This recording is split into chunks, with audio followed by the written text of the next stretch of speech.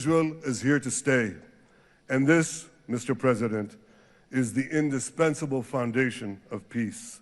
Peace through strength. Ladies and gentlemen, this is a momentous day, a day of great joy as the remaining hostages come home. My wife Sarah and I have met with the hostage families many times. There were no words to describe their agony, imaginable pain. At the beginning of the war, I promised to bring all the hostages home.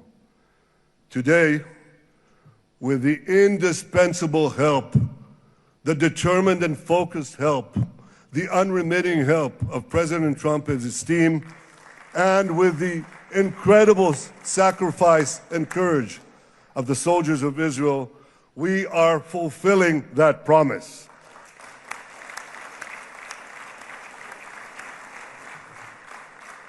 It has been a long journey to get here. In the first week of the war, our brave soldiers put military pressure on Hamas, and the international community put diplomatic pressure on them. This enabled us to secure the release of over 100 hostages.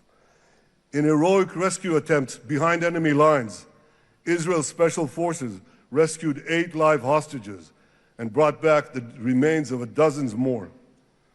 But as time went on, we all know what happened. The diplomatic pressure was turned on its head. More and more governments bought into Hamas's false propaganda. More and more governments succumbed to anti-Semitic mobs. পাটকল চালু করা হলে অন্যান্য শিল্প কলকারখানা দ্বারা সেহেতু সেগুলি নিয়ন্ত্রণের মধ্যে রাখার জন্য যা যা করণীয় সেই সমস্ত কাজগুলি করাই হচ্ছে একজন সংসদ সদস্যের কাজ। চট্টগ্রাম কক্সবাজারের বদির মতো এমপি হবার জন্য নয়, অথবা কোনো লুটেরা এমপি হবার জন্য নয়, ব্যাংক থেকে ঋণ নিয়ে সেই ঋণ টাকা পরিশোধ করার জন্য নয়, জনগণের নেতা হিসেবে, জনগণের সেবক হিসেবে যে কাজগুলি করে মানুষ খুশি থাকবে, যে কাজগুলি করে মানুষের উপকার রাখবে, আধুনিক মানসম্মত স্কুল করে গড়ে তোলা। Because in no time, the Hamas killers would be back on the border fence, ready to repeat the horrors of October 7th again and again, as they vowed to do. But just at that point of maximum pressure on Israel, a man named Donald J.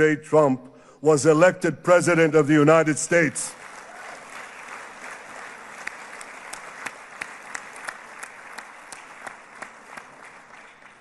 And ladies and gentlemen, overnight,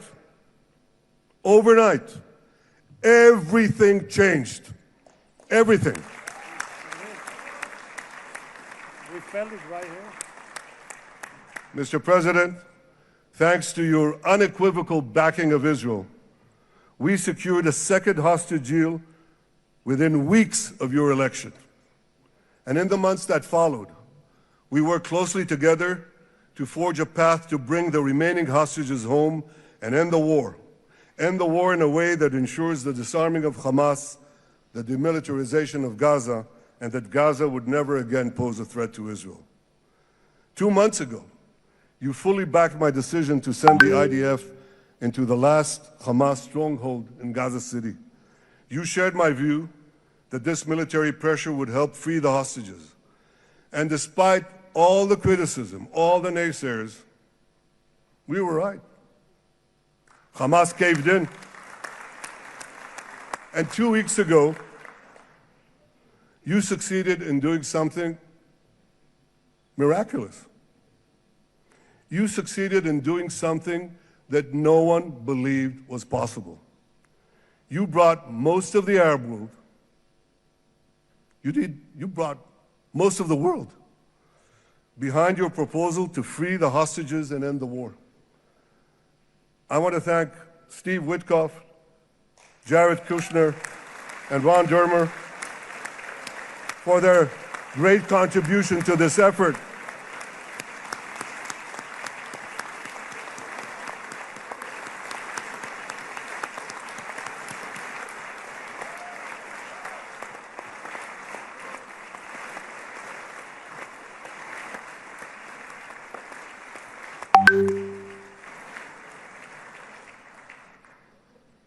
And I want to thank our negotiating team.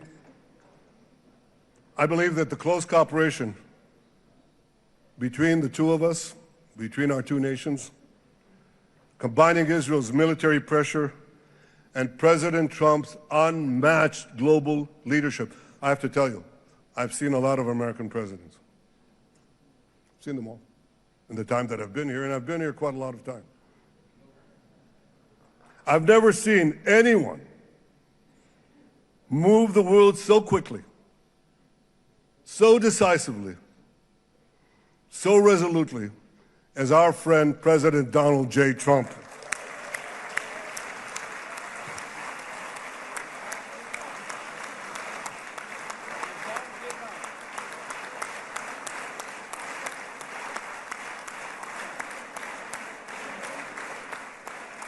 Leadership, we achieved this historic moment. The nation embraces our sons who are coming home. Mr. President, this week, Jews around the world are going to read the book of Ecclesiastes, Kohelet, in the Bible. The Bible has many miraculous moments. One of them was your decision to bomb Fordo. I think it was a pivot of history because it wasn't meant only to bomb Fordo. That action and your previous action of taking out Qasem Soleimani, the architect of death, I think that changed the balance of power in the world. You brought America back again to the driver's seat. I said that we're going to read this week the book of Ecclesiastes. It's not a book of action. It's a book of meditations, of thought, a perspective on life and on death. And in this book, we read the immortal words of King Solomon.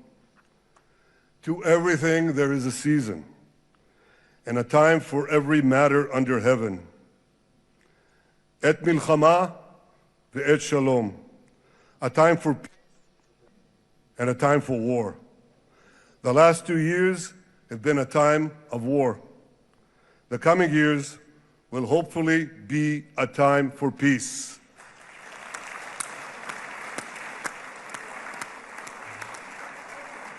Peace inside Israel and peace outside Israel.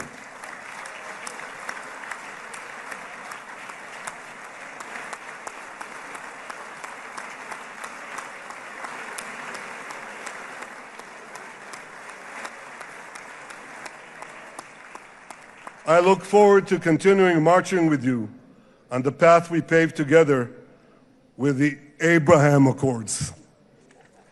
Under your leadership, we can forge. I believe that with President Trump's leadership, this will happen a lot faster than people think.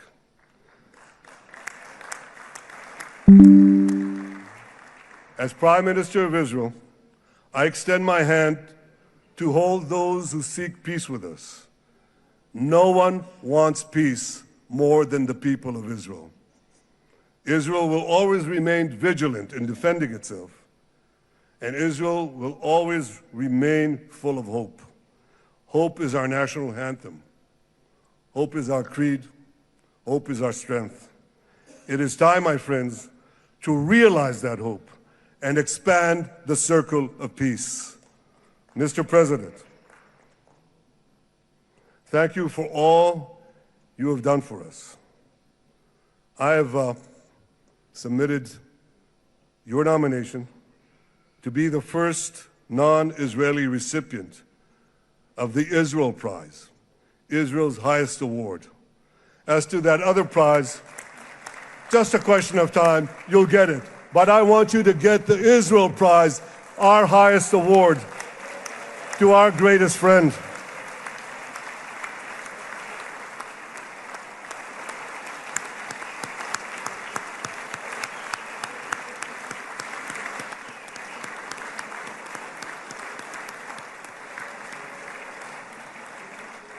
When others were weak, you were strong. When others were fearful, you were bold. When others abandoned us, you stood by our side. On behalf of the government and people of Israel, I thank you for your extraordinary friendship. Thank you for helping bring our hostages home. Thank you for supporting Israel's march to victory. Thank you for paving a path to peace. מכובדי נשיא ארצות הברית, ידידי דונלד. Honorary President, welcome to Israel. Welcome to Jerusalem. Welcome in this exciting day that brought us to this day.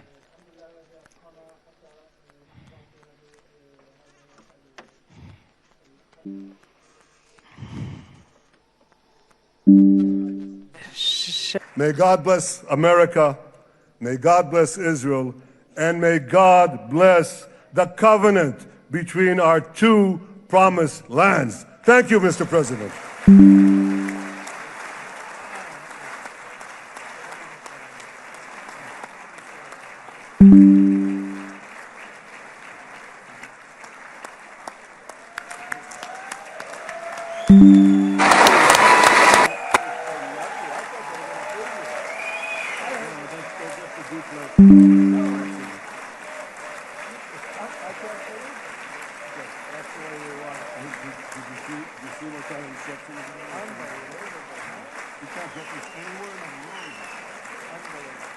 But you'll get it in the morning.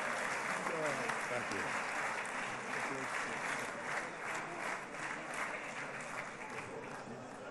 The president. Where?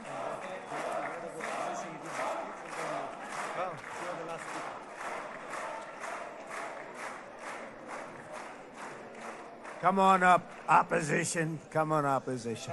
Yeah, okay. Thank you.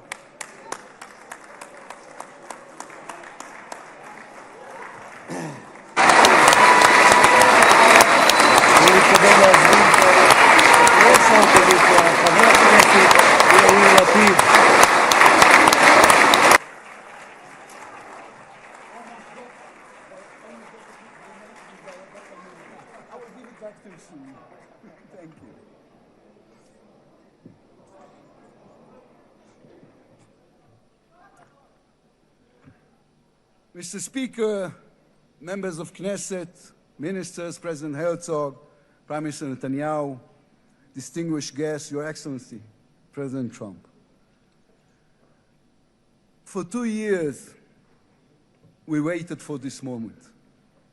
2 years of sleepless nights, 2 years without air in our lungs. Our eyes are filled with tears today, our hearts are filled with gratitude, our children are coming home.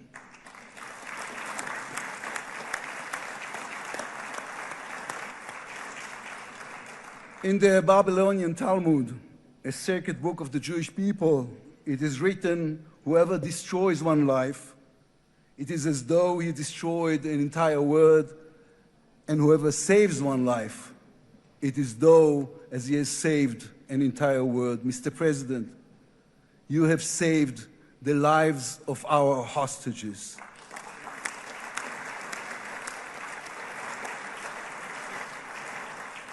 But you saved so much more. You have saved the souls of the bereaved whose loved ones now will be brought home for burial.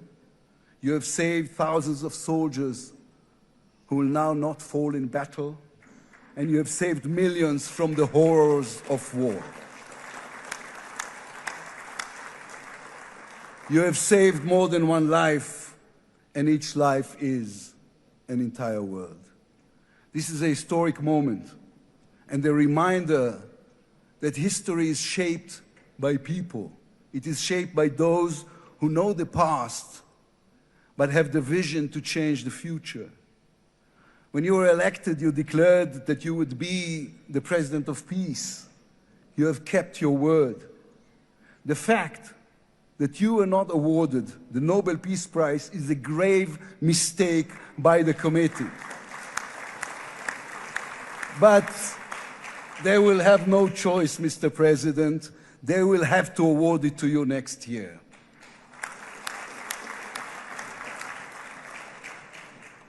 Peace will not come by waiting. It will come by building, by reaching out, and by daring once again to believe. You, Mr. President, have done the unimaginable. We will be eternally grateful.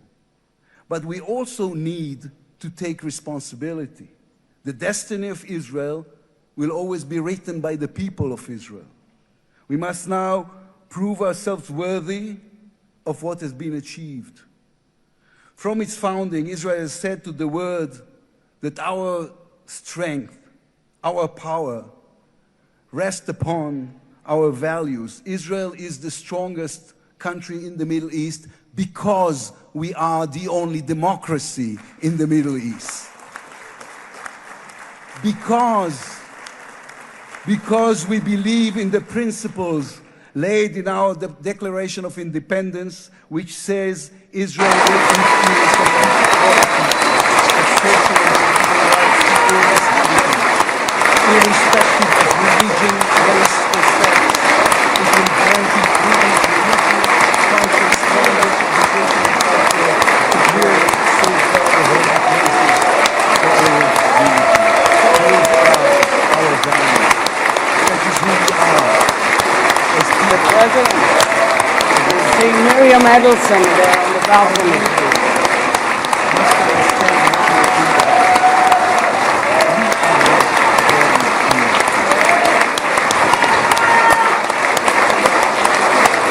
The Middle East is our home. We are here to stay. Our story is not only the Bible. It begins So much they love you. in universities, in our innovation hubs. Hamas, Hezbollah, Iran, and the Houthis, they all read the wrong intelligence reports. The real intelligence report on Israel's intentions is found descendants after you, the land of Canaan, for an everlasting possession.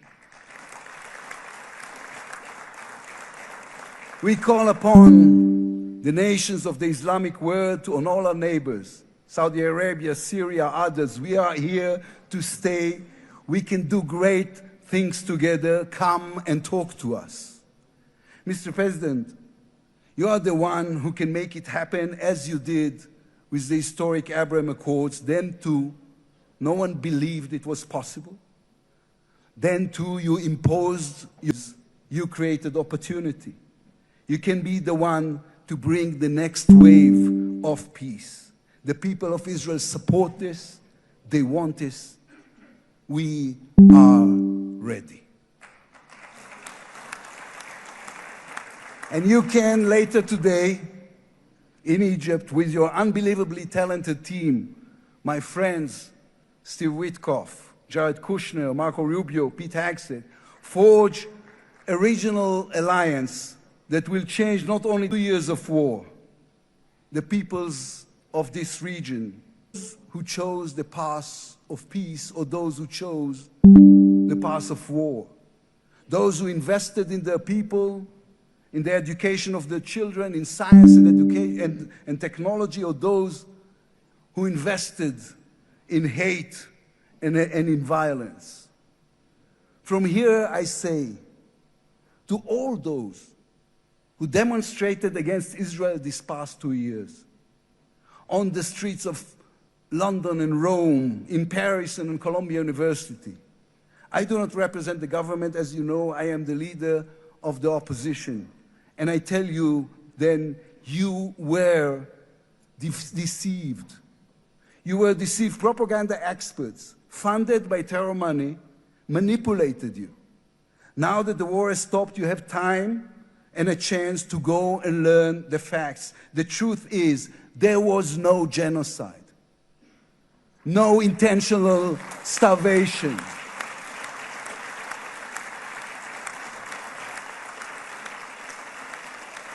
The truth is, there was an army and a country fighting in the most complicated conditions imaginable against terrorists who send their own children to die for a follow-up, who use their own children as human shields. The truth is that a democratic state was attacked by a fanatical terrorist organization. 1,200 people were killed in one day, women were raped, babies were burned alive. And all the while, they played with your minds, selling you the absurd idea that supporting Islamic terror is somehow a liberal value.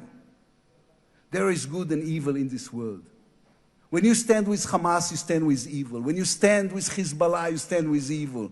When you stand with the Iranian regime, you stand with evil. When you stand with Israel, you stand on the side of justice.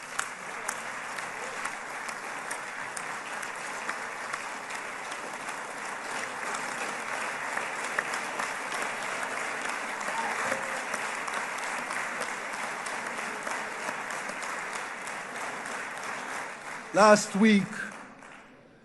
week I attended the 7th October memorial ceremony. An inspirational woman called Galit Dan spoke on stage.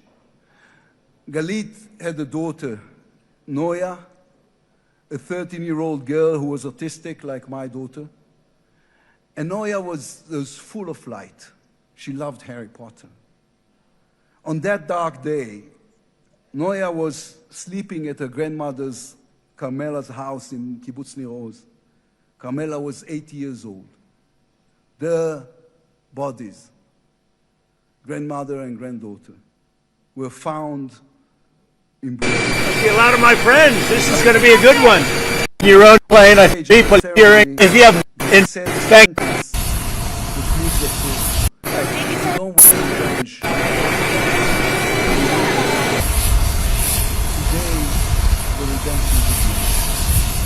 Israel has endured 3 terrible years on the battlefield and in the international arena. But in those 2 years, we also rediscovered our own greatness. We remember how good we can be. Our pilots who took control of the skies over Iran, our industries leading the world in technology, our civil society, which reached out to help every victim of the war. We will move forward toward a different future. Our heroic soldiers who saved us all will fold away their uniforms, scientists and innovators, investors and small business owners these past years, to those who, as President Lincoln said, gave the last full measure of devotion. We can only be worthy of them, worthy of their sacrifice. Mr. President, allow me to speak also to the businessman in you, the deal maker who understands value. If there were one stock in the world I would invest in today, it is the state of Israel. If there were one nation that deserves unrestricted access to GPU chips, to AI and SMR technologies, to American markets, it is the state of Israel. Israel's future is intertwined with our eternal alliance, our strategic and moral covenant with our greatest friends, the United States of America. This war is over. We will always need to stay vigilant, to guard against those who seek our destruction. But the state of Israel is about to reinvent itself. The challenges ahead demand pass. To be a nation that is advanced and thriving and peace-seeking. We have waited for this moment, for the end of the war, for the return of the hostages, for the chance to rechannel our grief and loss into the energy needed to rebuild our nation. Thanks to you, Mr. President. Thanks to our soldiers, our lions.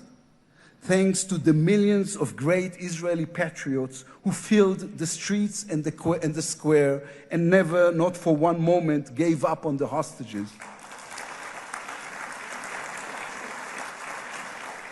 Thanks to all of them, the strength within us can now rise, succeed, and build for our future and for our children. Thank you very much. God bless the United States of America. Am Israel Chai.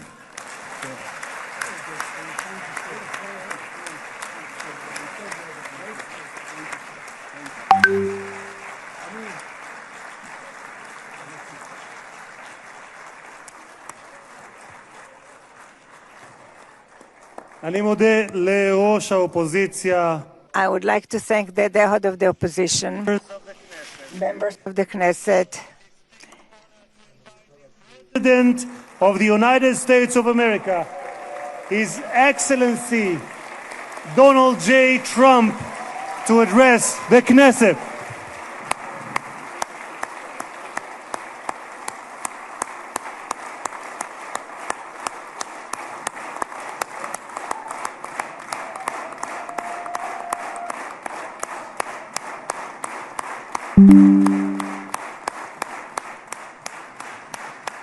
Thank you very much. Thank you. Thank you very much, everybody. It's a great honor. Nice place. Very nice place. Mr. President, Mr. Prime Minister, Mr. Speaker, esteemed members of the Knesset, and cherished citizens of Israel, we gather on a day of profound joy, of soaring hope, of renewed faith, and above all, a day to give our deepest thanks to the Almighty God of Abraham, Isaac, and Jacob.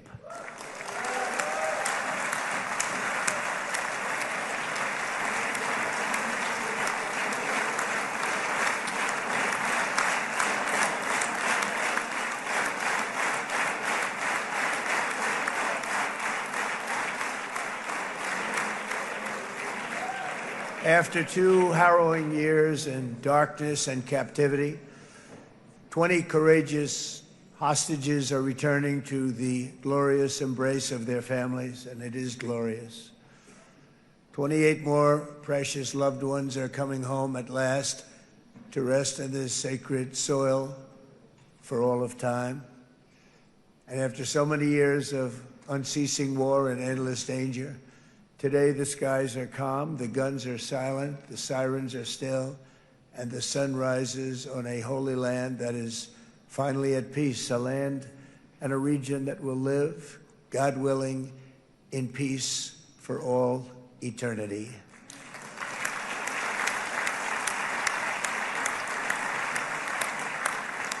This is not only the end of a war, this is the end of an age of terror and death, and the beginning of the age of faith and hope and of God. It's the start of a grand concord and lasting harmony for Israel and all the nations of what will soon be a truly magnificent region. I believe that so strongly. This is the historic dawn of a new Middle East. I want to express my gratitude to a man of exceptional courage and patriotism, whose partnership did so much to make this momentous day possible. You know who I'm talking about. There's only one, Prime Minister Benjamin Netanyahu. Bibi, please stand up.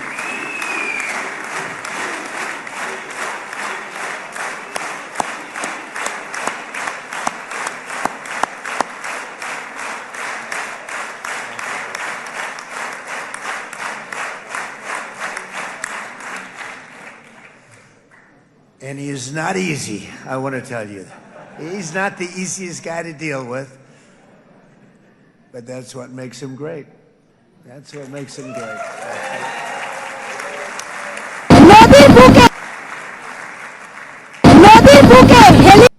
Thank you very much, baby. Great job.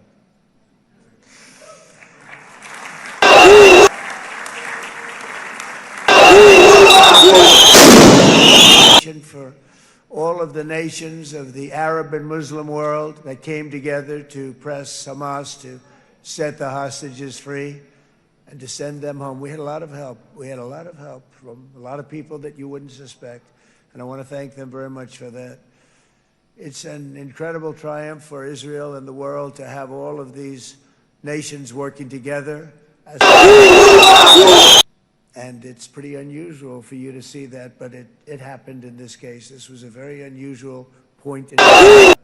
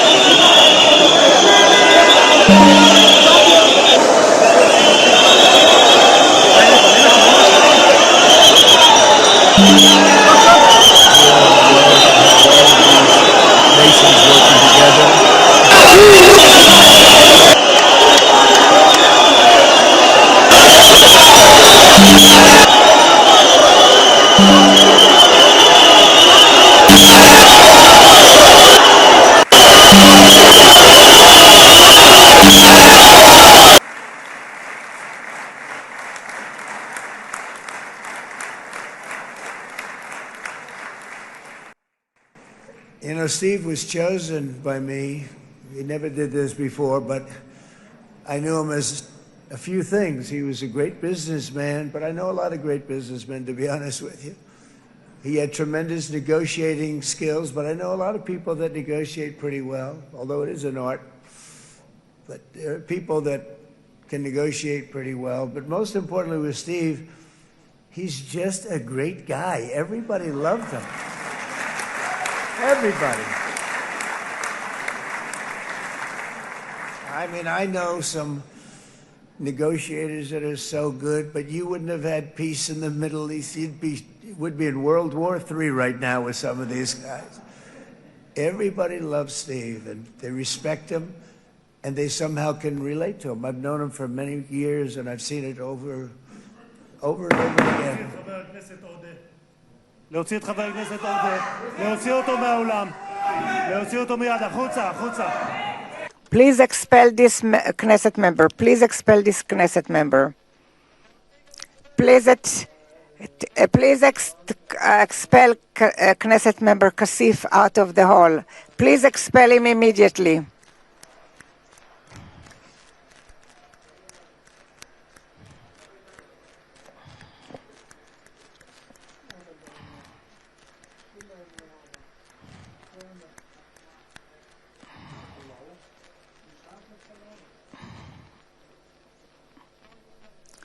And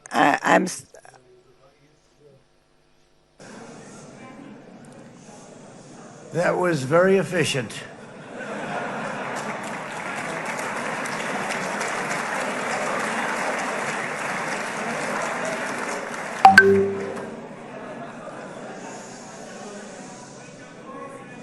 So back to Steve. He's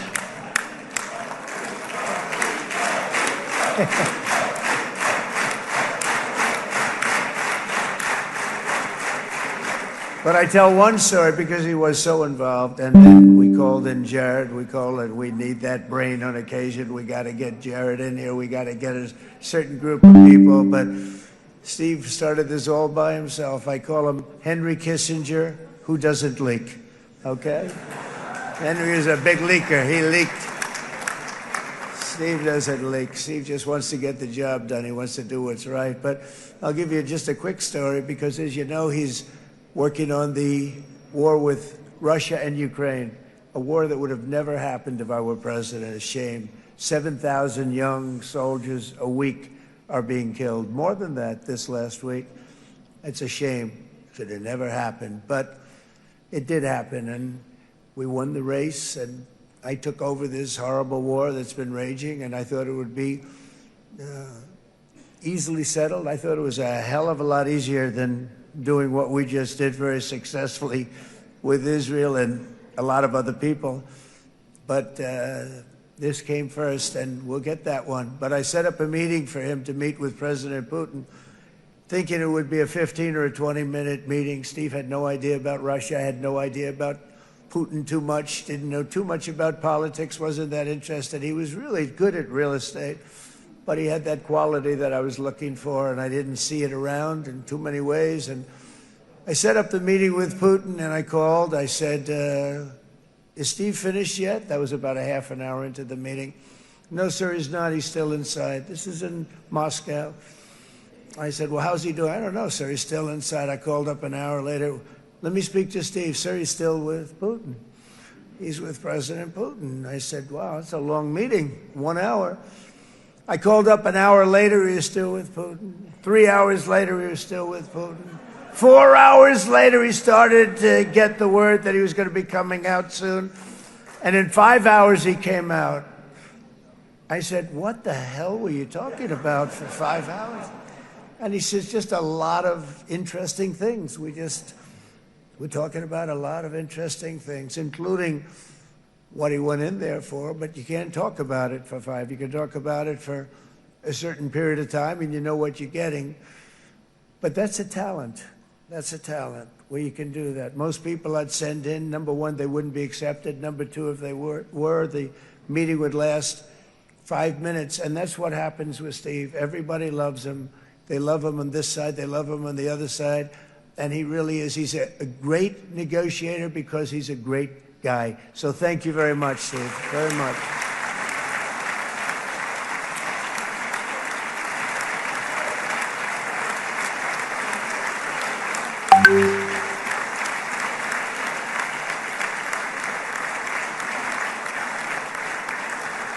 And let me also give a very special thanks to someone who truly loves Israel. In fact, loves it so much that my daughter converted. My daughter converted. I didn't know this was going to happen. And Ivanka's here.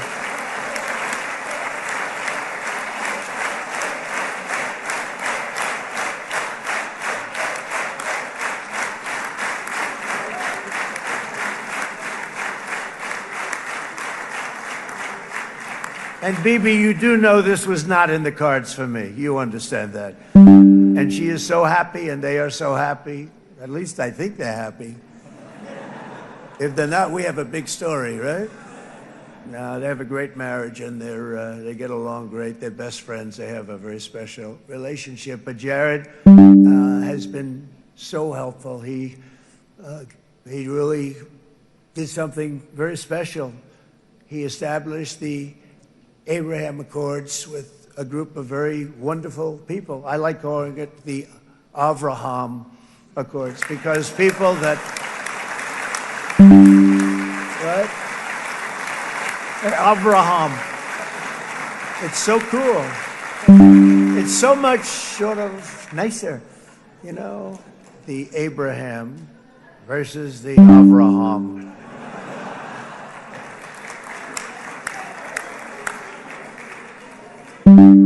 I just don't want to sound too sanctimonious when I do it, so, you know, I sort of split it up. This way we keep everybody happy. But we have some very great talent, and they have no excuses for anything that's taken place because we had some unbelievably good people working on this. And then you're going to add a man named Marco Rubio, who is also here. That's right.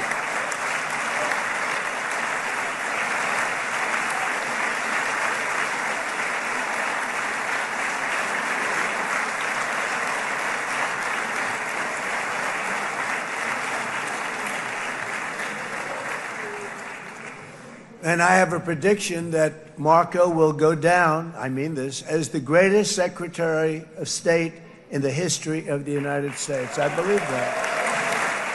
I believe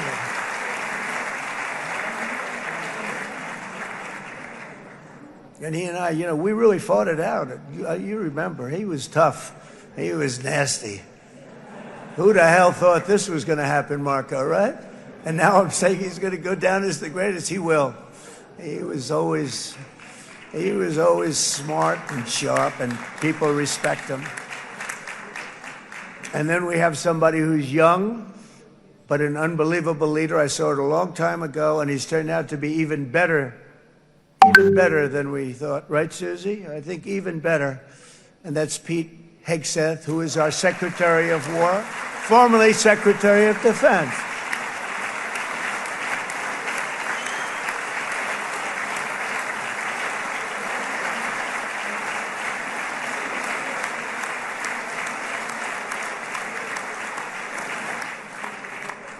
And as you know, we decisively won World War I. We decisively won World War II decisively. And everything in between and everything before it, we won everything. And then they had the brilliant idea of changing the name from war, you know, it was war, to defense. And with that went a certain thinking.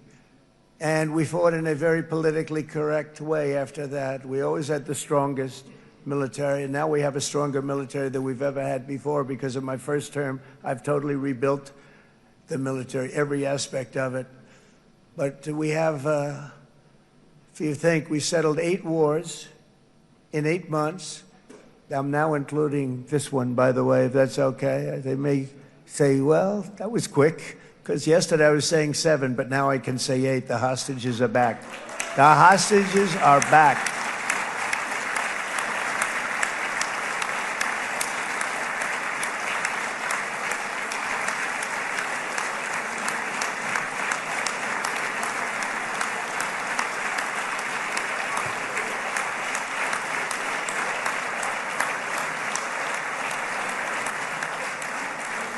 I said the hostages are back. It feels so good to say it.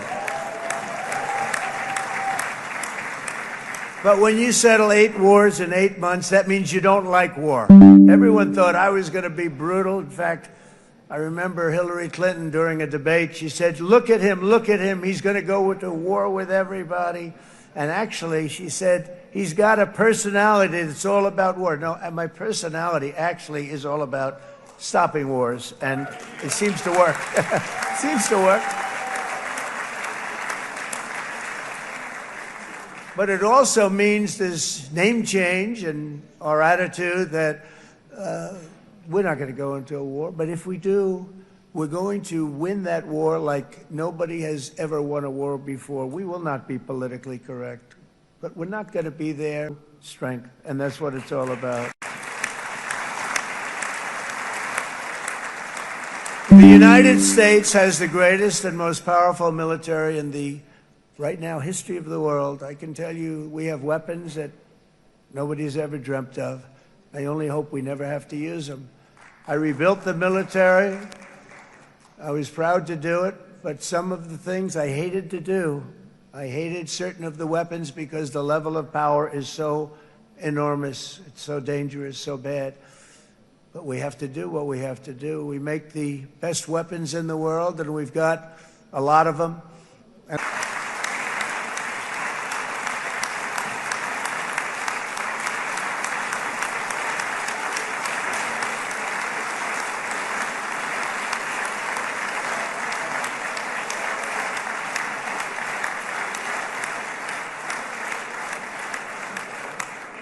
I mean, Bibi would call me so many times, can you get me this weapon, that weapon, that weapon? Some of them I never heard of, Bibi, and I made them. But we'd get them here, wouldn't we? And they are the best. They are the best. But you used them well. It also takes people that know how to use them. And you obviously used them very well. But so many that Israel became strong and powerful, which ultimately led to peace. That's what led to peace. So as we celebrate today, let us remember how this nightmare of depravity and death all began. 2 years ago, on the eve of the Simchat Torah holiday, thousands of innocent Israeli civilians were attacked by terrorists, and one of the most evil and heinous desecrations of innocent life the world has ever seen, the worst slaughter of Jews since the Holocaust. The cruelty of October 7th struck to the core of humanity itself. Nobody could believe what they were witnessing. The United States of America grieved alongside you, and we mourned for our own citizens who were so viciously taken that day. And to all the families whose lives were forever changed by the atrocities of that day, and all of the people of Israel, please know that America joins you in those two everlasting vows: never forget and never again.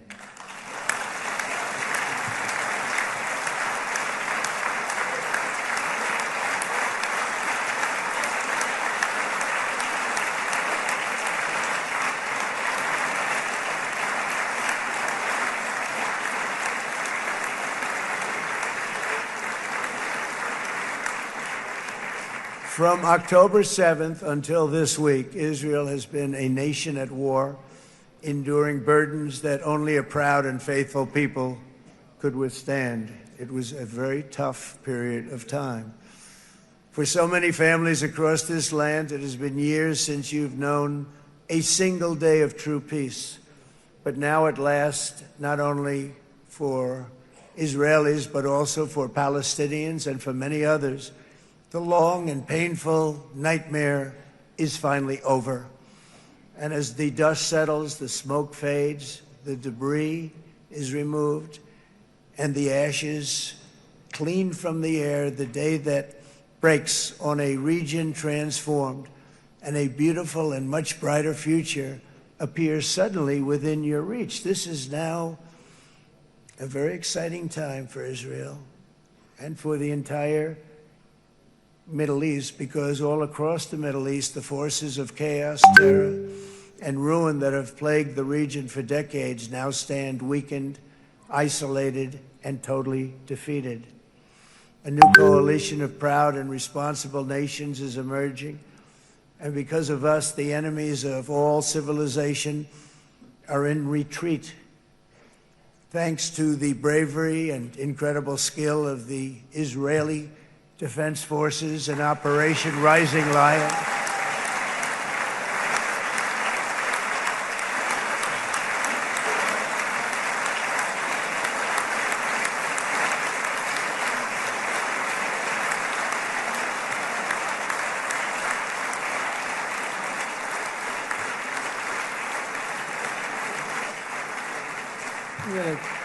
guy's central casting. Let's put him in a movie. Look at him. Great job. And my people loved working with you. Loved it. They worked so well together. But many of Iran's top terrorists, including nuclear scientists and commanders, have been extinguished from this earth. And with Operation Midnight Hammer, boy, that's a great name for that, what we did last June. The United States military flew 7 of those beautiful B-2 bombers. They look so beautiful all of a sudden. They were always, I thought they were pretty planes. I had no idea they could do what they did. In fact, we just ordered 28 more of them. A little updated version. We ordered a whole pile of them. And almost 100 other planes went with them, including fighter jets. And we had 52 tankers, big, beautiful, brand new tankers that were loading them up 4 or 5 times. They've traveled 37 hours back and forth. Think of that. But we had tankers all over the sky for all the other planes. We had the F-22s, the F-35s, F-16s. We had a hell of a lot of planes.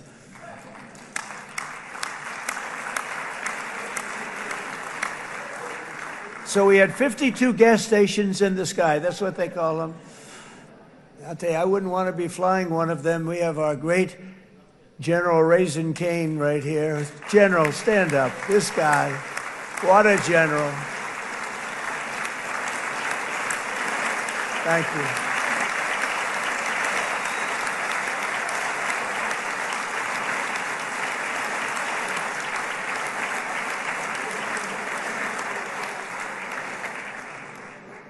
I asked General Cain, I said, we're having problems with ISIS, and I was in Washington, and I asked, how long would it take to defeat ISIS? And my Washington generals told me, 3, 4, maybe 5 years, sir. I said, I don't get it. We've got the best equipment in the world. Why? So I flew to Iraq, and I met with a man named Cain. He said, what's your first name? He said, they call me Raisin, sir. I said, wait a minute, your name is Raisin Cain? I've been looking for you for a long time. You gotta be kidding. So they told me 3, 4, 5 years to defeat ISIS. And I sit down with him and I say, why is it? I flew there in the dark of night. I landed, I'll never forget it. It was quite a trip. I'm glad I made it because I met him. I said, could I ask you, General? I come down. He said with another general and a sergeant. Everybody was like central casting. They could go into a movie right now. Between him and you guys over here, we could get rich making movies, okay? And they got along so great. That's the beautiful thing, that your military and our military, Bibi, got along so great. But I was told by the television generals in Washington, we have the best equipment in the world. Why is it taking so long? And they said, 4 years. I said, so let me ask you, Raisin, how long would it take you to defeat ISIS? Sir, we can do it in 3 weeks, but you'll probably have some time left over. I said, you got to be kidding. what the hell are you talking about? They said 4 years. I said, well, sir, look, it's not my place to say, but you're asking me the question. What you have to do is you hit them from the west, you hit them from the north, you hit them from the south, you hit them above, you hit them below. I said, so why didn't they do it? And he didn't want to speak badly of his superiors, which is hard to believe they were his superiors. Should have been the other way around a long time ago, because he's the one that did Operation Hammer. It was flawless. It was flawless. It was absolutely flawless. And I said, so you really think you can do it in 4 weeks? Yes, sir, 100%. You have to do it differently than they were doing it. They were using one base, and it was hundreds of miles away. And he says, we have all these portable bases all over the Middle East. And they didn't want to use them because they didn't want to offend the country where the portable... They wouldn't have even known what the hell the planes were going up, right? They wouldn't have known. But he said, no, they didn't want to defend anybody, offend anybody. And but we can do it in 4 weeks. I said, you sure about that? I'm going to call you back. I'll call you back on Monday. I'm going back to Washington. But you think 4 weeks? Yes, sir, I think we can do it in 4 weeks. We'll have time left over. So I call him on Monday. I say, you think you can do it? 4 weeks. I said, go ahead and do it. He did it. I'll tell you, he did it in 4 weeks, less than 4 weeks. So, General, stand up, please. Again, this is a real general. This is not a television general. He doesn't want to go on television.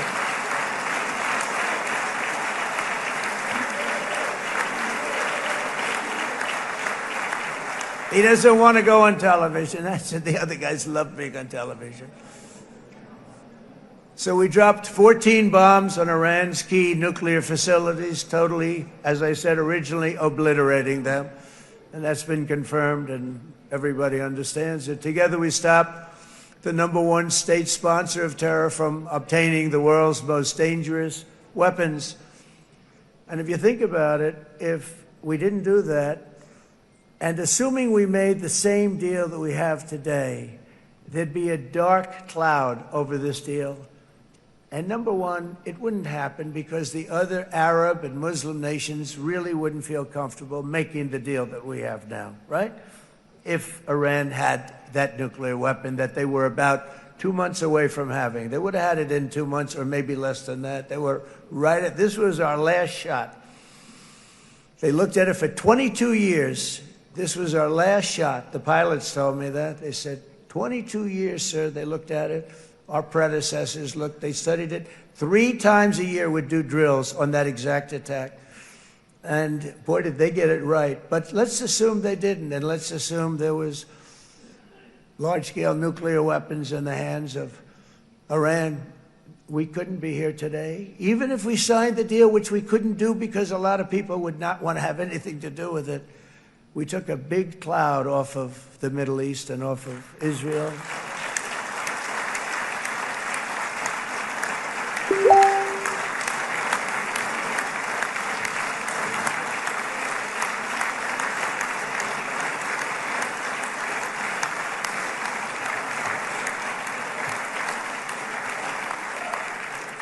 And it was my honor to help. But it isn't it true, though, that can you imagine the same, let's assume, Bibi, the same documents, we had everything the same, but you had somebody out there that was, in the opinion of everybody, all-powerful in the Middle East. They took a big hit, didn't they? Didn't they take a big hit? Boy, oh boy. They got it from one side, from the other. And you know, it would be great if we could make a peace deal with them. And I think that's made. Would you be happy with that? Wouldn't it be nice, I think? Because I think they want to. I think they're tired. Somebody said, sir, they're starting their nuclear program again. I said, let me tell you something. They're not starting anything. They want to survive. The last thing they want to do is start digging holes again in mountains that just got blown up and start. They're not doing it. They want to survive, okay? But I think we have a chance. Steve, you, and I think Jared, come on, I'll call you back for another one. We always bring Jared when we want to get that deal closed. We bring Jared, but Steve, you and Jared and the General and Pete and Marco you'll get that deal done easy. I think that'll be easy. But first we have to get Russia done. We got to get that one done. If you don't mind, Steve, let's focus on Russia first, all right? We'll get it done. In Lebanon, the dagger of Hezbollah, long aimed at Israel's throat, has been totally shattered. My administration is actively supporting the new president of Lebanon in his mission to permanently disarm Hezbollah's terror brigades. He's doing very well. And build a thriving state at peace with its neighbors. And you're very much in favor of that, I know. And it's good things are happening there, really good things. And with this week's ceasefire, we've achieved the most challenging breakthrough of them all. The most challenging breakthrough maybe ever. I mean, I've never seen anything like it. I've been involved in a lot of success. I have never seen anything like what's going on today all over the world. People are dancing in the streets, not just in Israel. They're dancing in the streets of countries that would have never danced in the street about what's happening today. They're dancing in those streets. So this long and difficult war has now ended. You know, some people say 3,000 years, some people say 500 years, whatever it is. It's the granddaddy of them all. And in an unprecedented achievement, virtually the entire region has endorsed the plan that Gaza will be immediately demilitarized, that Hamas will be disarmed, and Israel's security will no longer be threatened in any way, shape, or form.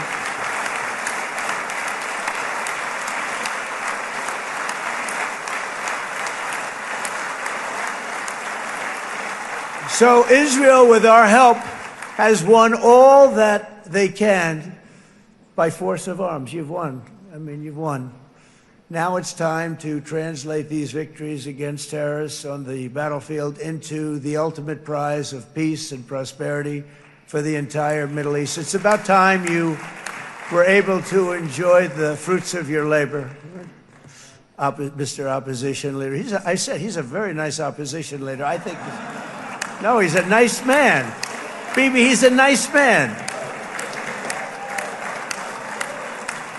Good. He knows what he's doing, right? No, a very nice guy. Well, see, now you can be a little bit nicer, Bibi, because you're not at war anymore, Bibi.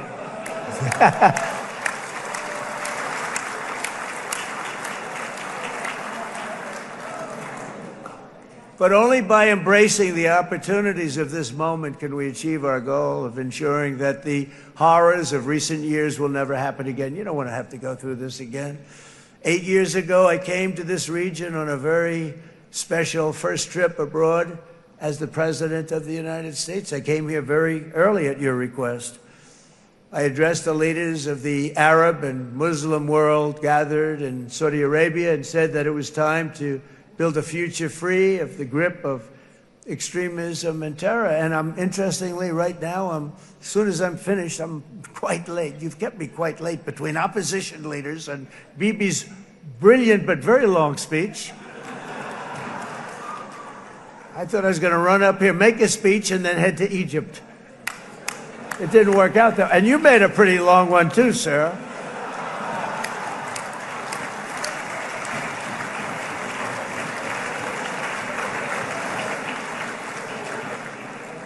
But I liked what you all said. It could be worse. Supposing on top of it, I didn't like what you said. That would be no good, Ron, would it? Ron, you did a great job, by the way, Ron.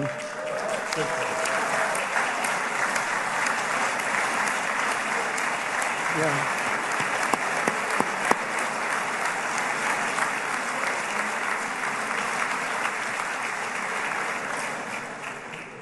So I'm going to be meeting, actually, in a little while, I'm going to be meeting with the most powerful, the richest nations, really, in the world, although now, with the tariffs, the United States is by far the richest nation in the world, as you probably have been reading. But the richest nations, most powerful nations, you know, tremendous, headed by some tremendous people in many cases. Some cases I wouldn't say necessarily I would endorse. But I will tell you, some incredible people that really helped us make this all possible. So I'll be going there. I'll be quite late. They might not be there by the time I get there. But we're going to give it a shot. But the journey we started back then led to the crushing defeat of the ISIS caliphate, to the monumental Abraham Accords, and ultimately to the historic ceasefire this week, in which many of those same nations really played a very pivotal role, I have to tell you. Steve will tell you that. Jared will tell you that. Together we've shown that peace is not just a hope that we can dream about. It's a reality we can build upon day by day, person by person, and nation by nation. And because of that, the Middle East is finally ready to embrace its extraordinary potential. It should now be clear to everyone throughout the region that decades of fomenting terrorism and extremism, jihadism and anti-Semitism have not worked. They haven't worked. They've been a disaster. They've just killed. They've killed. They've backfired completely and totally. They've just totally backfired. Everything that you thought, take it worst case, it's turned out to be worse than that. They have not worked. From Gaza to Iran, those bitter hatreds have delivered nothing but misery, suffering, failure, and death. They've served not to weaken Israel, but to annihilate the very forces that did the most to foment this hatred. And it's really, I mean, everybody that's tried it has become irrelevant. Meanwhile, we've seen those nations that set aside their differences, reached across ancient divides, and pursued engagement are now among the most successful in the region. They're getting along with Israel, and they're doing great. And I can tell you the four nations that joined the Abraham Accords, people that really helped us make this, they're doing great. And I can tell you the four nations that joined the Abraham Accords, people that really helped us make this, they're doing great. And I can tell you the four up in the Abraham Accords. We have to join up and get together. You can have that whole thing filled out. We had a very weak administration, worst president in the history of our country by far. And Barack Obama was not far behind, by the way.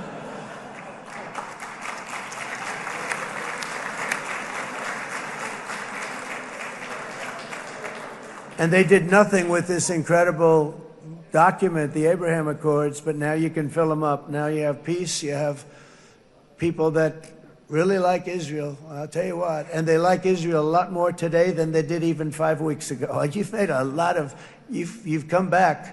You've come back strong, because it was getting to be a little nasty out there in the world, and ultimately the world wins. You can't beat the world always. I would say to Bibi, it's now time, and he understood it better than anybody, because ultimately, you know, the world's a very big place. And I've said a lot. I said, this piece of land is very small. It's unbelievable what you've done with that tiny, you look at a map even of just not the world, the Middle East, and you have this little dot. And think of what you've done. It's incredible. It's incredible.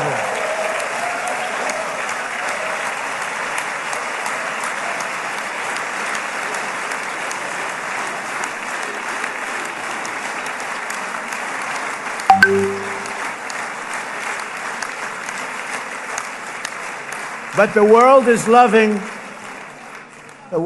loving Israel again. And I said to Bibi, you know, the world is big and it's strong.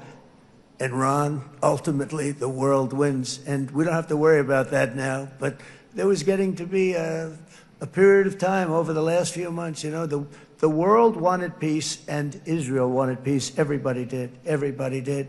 And what a victory it's been, right? What a victory it's been. If you would have gone on for 3, 4 more years, they're doing great. And I can tell you, it was getting bad. It was getting heated. The timing of this is brilliant. And I said, Bibi, you're going to be remembered for this far more than if you kept this thing going, kill.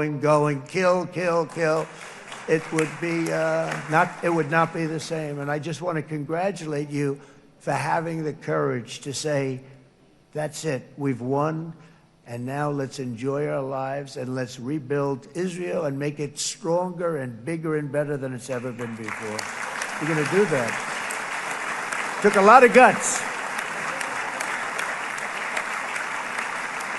And the choice for Palestinians could not be more clear. This is their chance to turn forever from the path of terror and violence. It's been extreme, to exile the wicked forces of hate that are in their midst. And I think that's going to happen. I've met some people over the last couple of months that want to see it happen very much. And after tremendous pain and death and hardship, now is the time to concentrate on building their people up instead of trying to tear Israel down. We don't want that to happen again.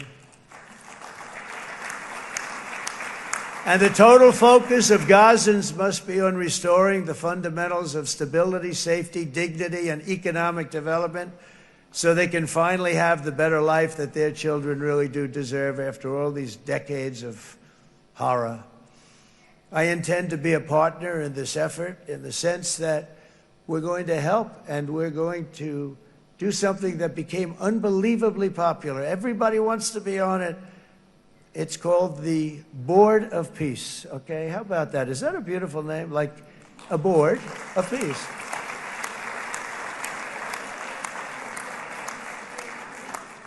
The only bad thing from my standpoint, every single nation involved has asked me to be the chair, and I'll tell you, I'm very busy.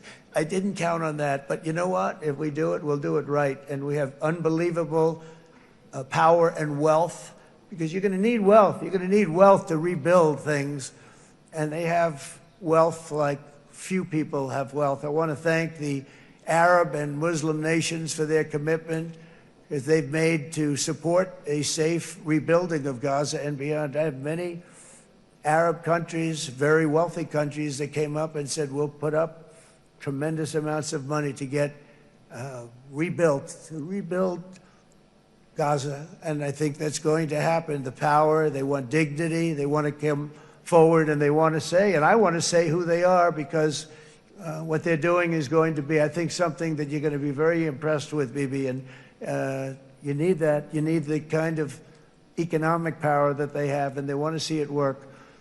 And they want to see it be safe, and they want to see it be good for Israel, too. And as much money as it will be, and it's a lot, as you can see, it's a lot. For these countries, it's relatively little relative to their worth.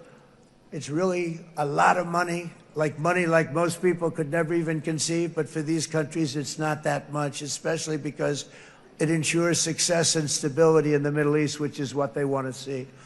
So many of them will be with us in Egypt in a little while, I think. I'm not sure. They may be gone. They may have taken their Boeing 747s and left. I said, what kind of a plane do you fly? 747. I said, that's a large plane. No, they may have. Steve, do you think they've left on their their brand new Boeing 747s? Or I don't know. We're going to find out soon. It's going to be a big story. There'll be 2 people left, and they'll be the 2 poorest ones.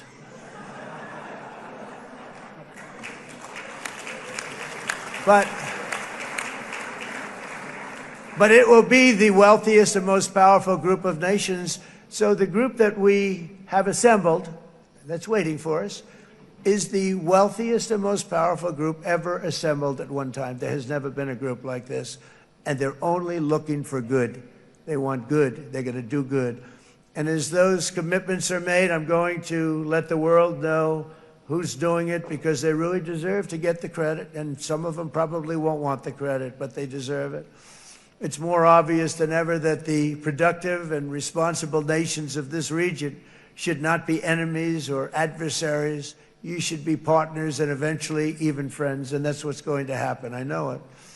Together you can stand against the forces of chaos. Yeah, you go ahead. That's an important point. And all of your interests, and it's always a big threat, always a big threat. and unleash incredible prosperity and opportunity for all the people of these lands. And that's what's going to happen. You're going to unleash numbers and success, the likes of which Israel has never been able to think of, because you're so firm, and you should be, and you've done the right thing in defending yourself. You're not going to have to worry so much about it. You've won, and now you can build, and you can do things that you never even thought possible. When you put that genius into doing something else, it's going to be something it's going to be a miracle. The miracle in the desert, it's going to be amazing. And it already is in a true sense. But it'll be wonderful when you can spend time thinking about other than war and defense and offense also. To that end, it's my firm hope and dream, frankly, that together the Abraham Accords will turn out to be everything that we thought they would. Those 4 countries were very, very brave in doing it. They did it at a very early point, and every single one of them benefits unbelievably financially.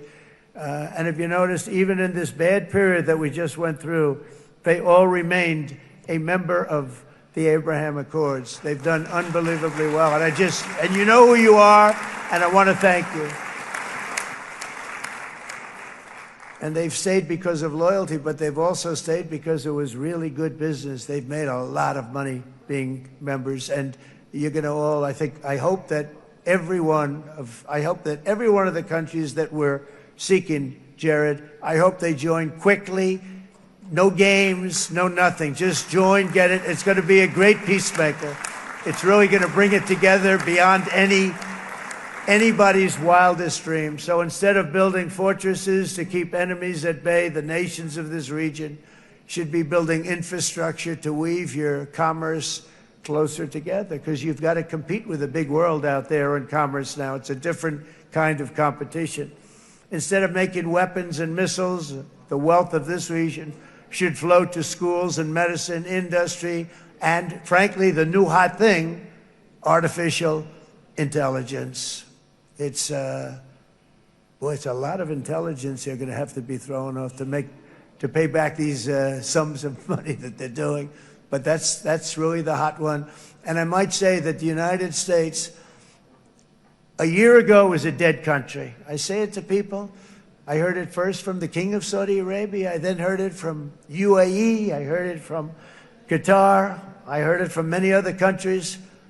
A year ago, the United States of America was a dead country.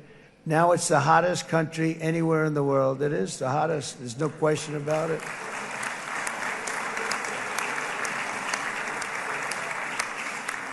In fact, if you go back a year ago, before the election, although once we had November 5th, we became hot because people got it.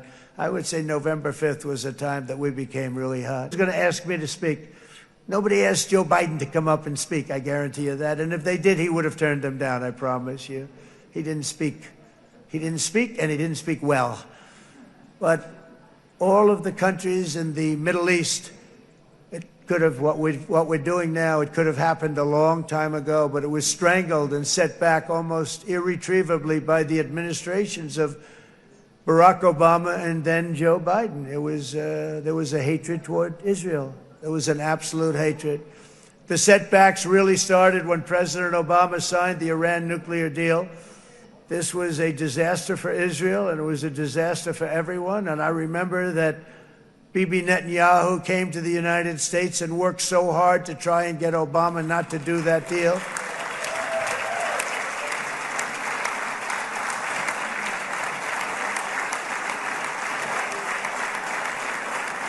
He worked so hard.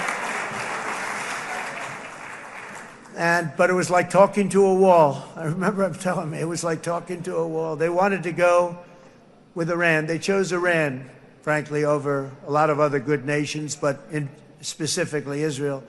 And that was the beginning of a very bad period of time. You had Obama go out, and the Iran nuclear deal turned out to be a disaster. And by the way, I terminated the Iran nuclear deal, and I was very proud to do it.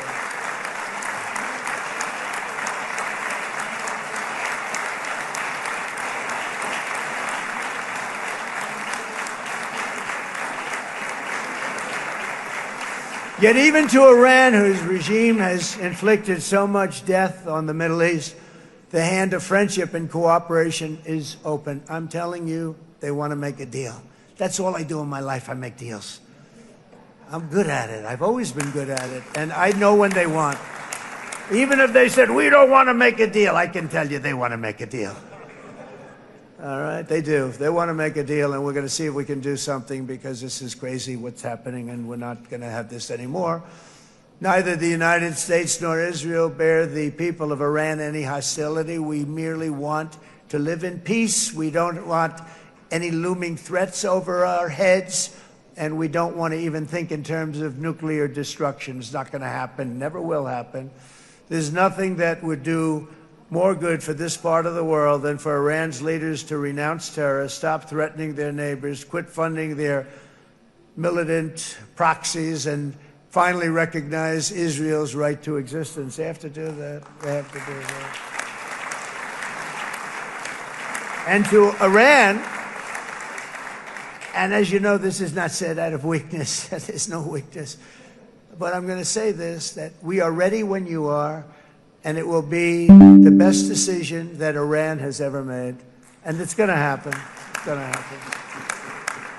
happen. Hardworking people, they don't want to see what's happened to their country.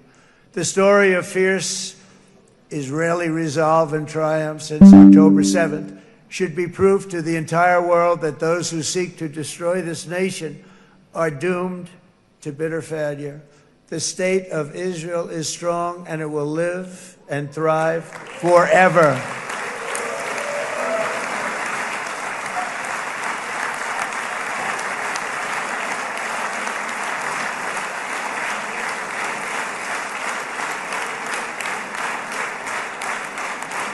And that is why Israel will always remain a vital ally of the United States of America. Israelis share our values, field one of the world's most powerful militaries. You really do. You have an amazing, what a job you've done. And have one of the most innovative economies on earth. Those are just a few of the reasons why I'm proud to be the best friend that Israel has ever had. And they all say it in the White House. They all say it. I guess it's true because everybody says it, baby. You said it today. Thank you. But as president, I terminated the disastrous Iran nuclear deal, and ultimately I terminated Iran's nuclear program with things called B-2 bombers. It was swift, and it was accurate, and it was a military beauty. I authorized the spending. And after years of broken promises from many other American presidents, you know that, they kept promising. I never understood it until I got there. There was a lot of pressure put on these presidents. It was put on me too, but I didn't yield to the pressure. But every president for decades said, we're going to do it. The difference is I kept my promise and officially recognized the capital of Israel and moved the American embassy to Jerusalem.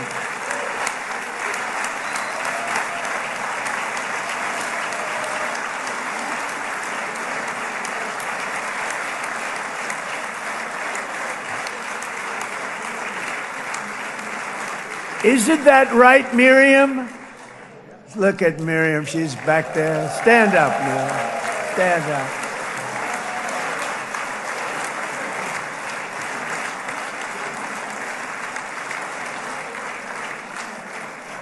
Miriam and Sheldon would come into the office. They'd call me. He'd call me. I think they had more trips to the White House than anybody else I can think of. Look at her sitting there so innocently. She's got $60 billion in the bank, $60 billion. And I think she's saying no more. And she loves Israel, but she loves it, and they would come in, and her husband was a very aggressive man, but I loved him. He was a very aggressive, very supportive of me. And he'd call up, can I come over and see you? I say, Sheldon, I'm the president of the United States. It doesn't work that way. He'd come in, with the... But they were very responsible for so much, including getting me thinking about Golan Heights, which is probably one of the greatest things to ever happen to Israel.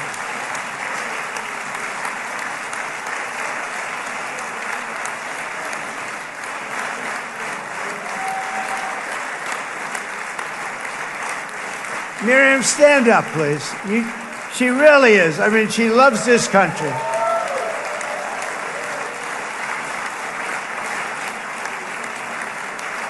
Miss him so dearly. But I actually asked her, I'm going to get her in trouble with this, but I actually asked her once, I said, so Miriam, I know you love Israel. What do you love more, the United States or Israel? She refused to answer. That might mean Israel, I must say. We love you. Thank you, darling, for being here. That's a great honor. Great honor. She's a wonderful woman. She is a great woman. I've always stood for the people of this community, and I always will. I'll always be with you. I'm always going to be with you. I guess maybe something could happen to change my mind. Somebody that's really stupid gets into office and wants to do really bad things, but that's about it. And we don't think we're going to have that happen. I hope we're not going to have that happen. And this man is a good man right here. These two men are good men right here.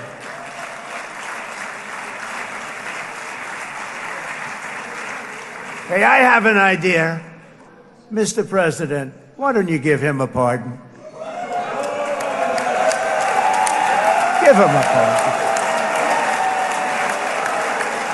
Come on.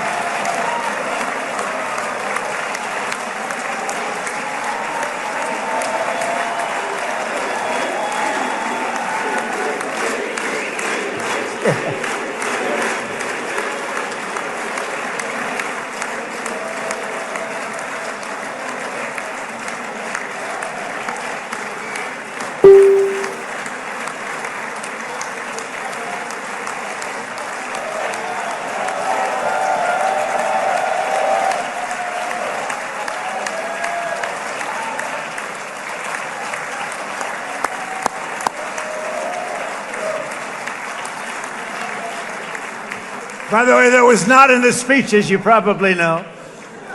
But I happen to like this gentleman right over here, and it just seems to make so much sense. You know, whether we like it or not, this has been one of the greatest wartime presidents. This has been one of the greatest wartime presidents. And cigars and champagne, who the hell cares about that?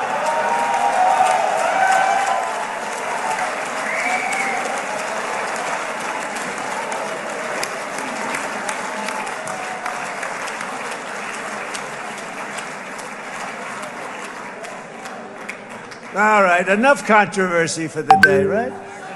Actually, I don't think it's very controversial. So, you know, I mean, I see so popular. You are a very popular man. You know why? Because you know how to win.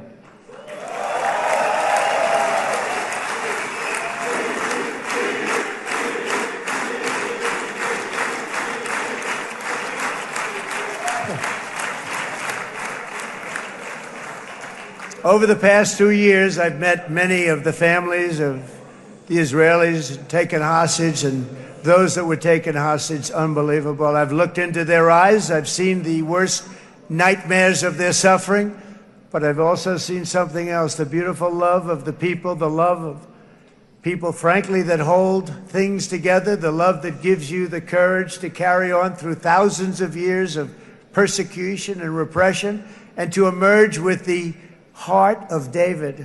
It's the heart of David. It's that love that's defeated the enemies of civilization, built this incredible country and this unbelievable economy, and forged one of the great democracies of the world.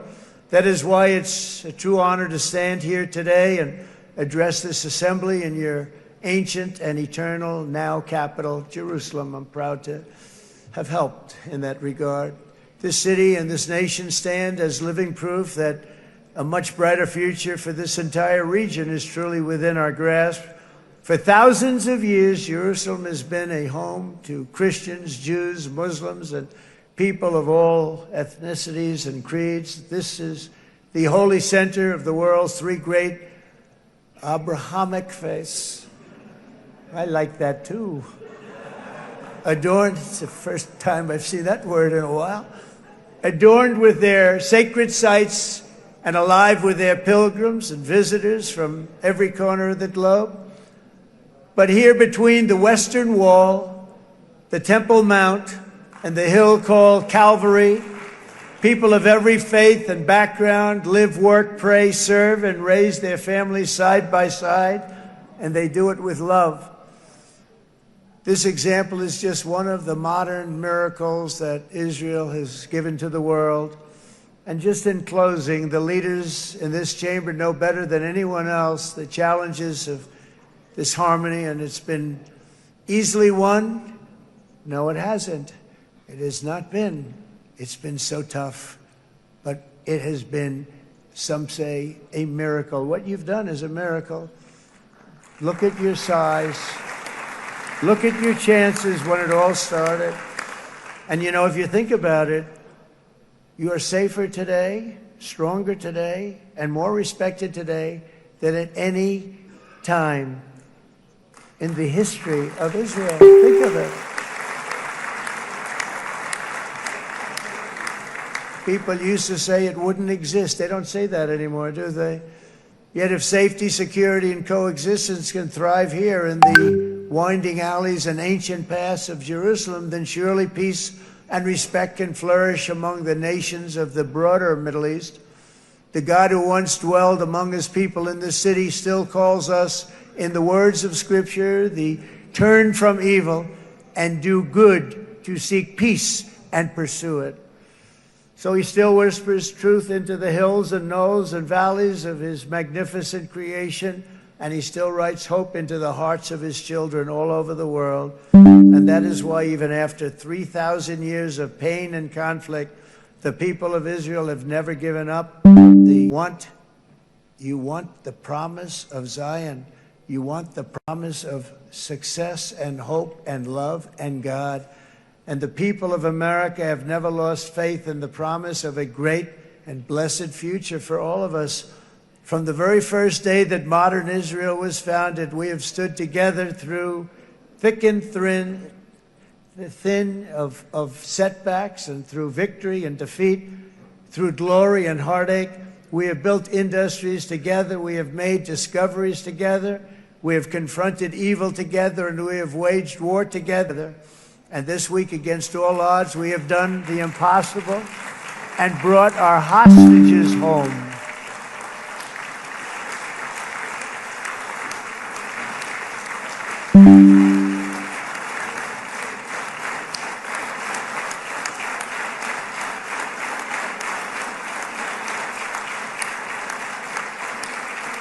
So now we're going to forge a future that is worthy of our heritage. We're going to build a legacy that all the people of this region can be proud of.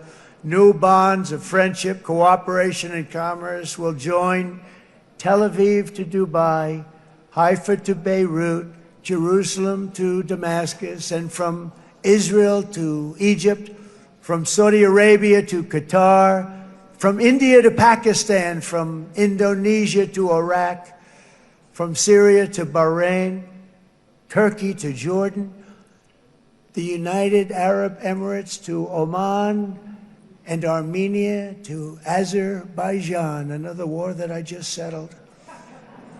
We are going to have hope, harmony, opportunity, and happiness here in the spiritual and geographic center of the entire world. That's what you are. Israel, America, and all of the nations of the Middle East will soon be safer, stronger, greater, and more prosperous than ever before.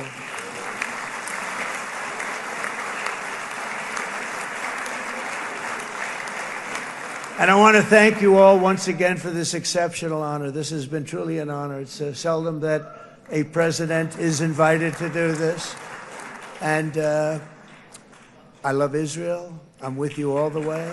You will be bigger, better, stronger, and more loving than ever before. Thank you very much. God bless you. God bless the United States of America. And God bless the Middle East. Thank you, everybody. Good luck. Thank you very much. Thank you.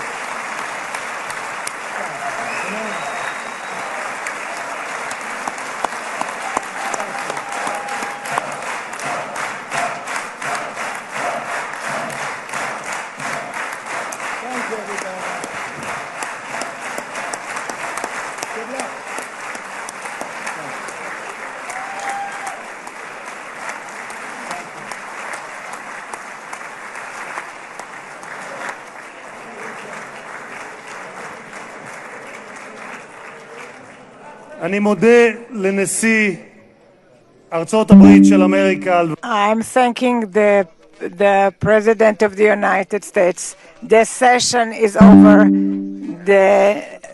The next session will be on the 20th of October at 4 o'clock in the afternoon. Happy holiday and good. This session is finished.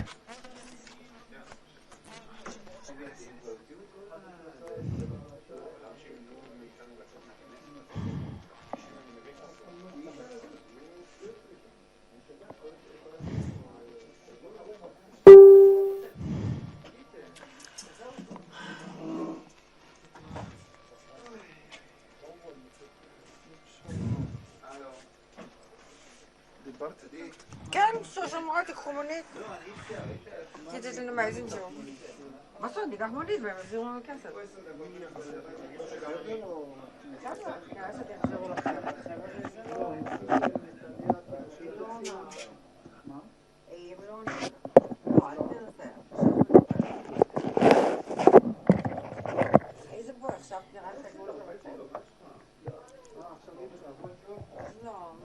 גם תדבר על עניין הכסף, זה שזה היה. כאילו, אז מה, כאילו? Lovely meeting you, unfortunately under the circumstances. כאילו, נשלח לה את ה... So short for the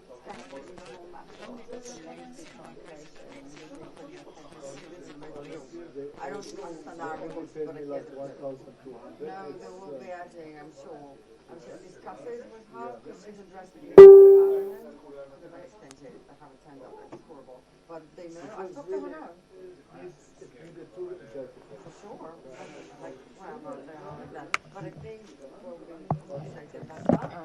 And if you're available for like more English people or English Arabic, I would allow myself to give you a call if there is anything unrelated to heaven. So have a lovely day. Where will you take a taxi? You also can take a taxi and charge it to heaven. Because it's too late, there's no bus. You know the only reward this meeting was of you? Thank you so much. It was a pleasure. Yeah, it was really lovely. Can we leave now? No, I mean because of the security. So Miss Dina, it was lovely meeting you. You did an amazing job. I'm sorry I couldn't help you. Yeah, but it was... I would love to interject, really. Love to, I appreciate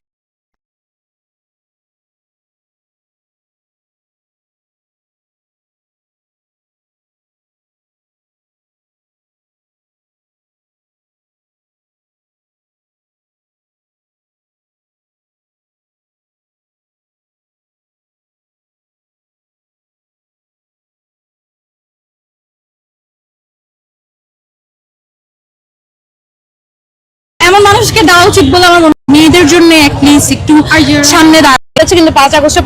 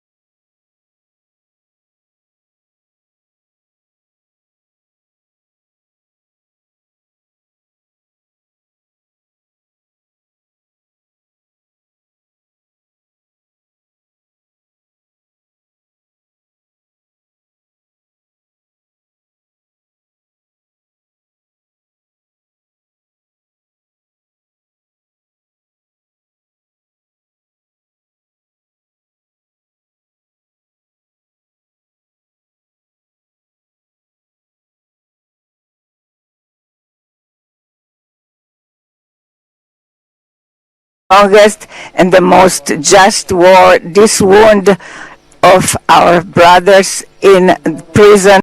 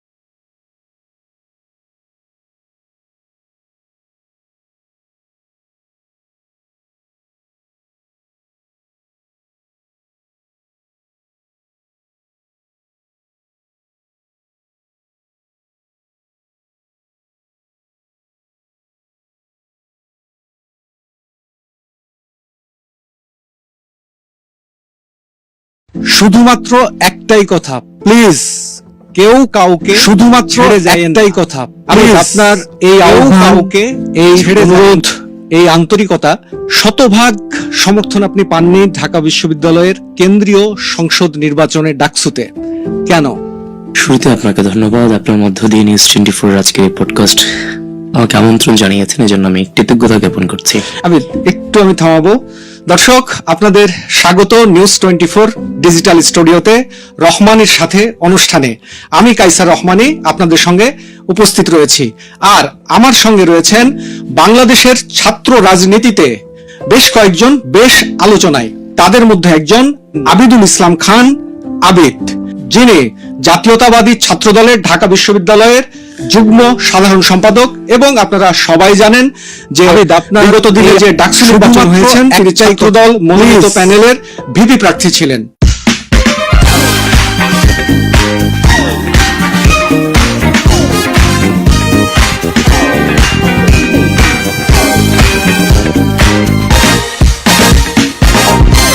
Abid, আপনাকে স্বাগত আমাদের অনুষ্ঠানে। আপনাকে ধন্যবাদ। আমি news 24 কে ধন্যবাদ জানাচ্ছি আমাকে আজকে আমন্ত্রণ জানানোর জন্য।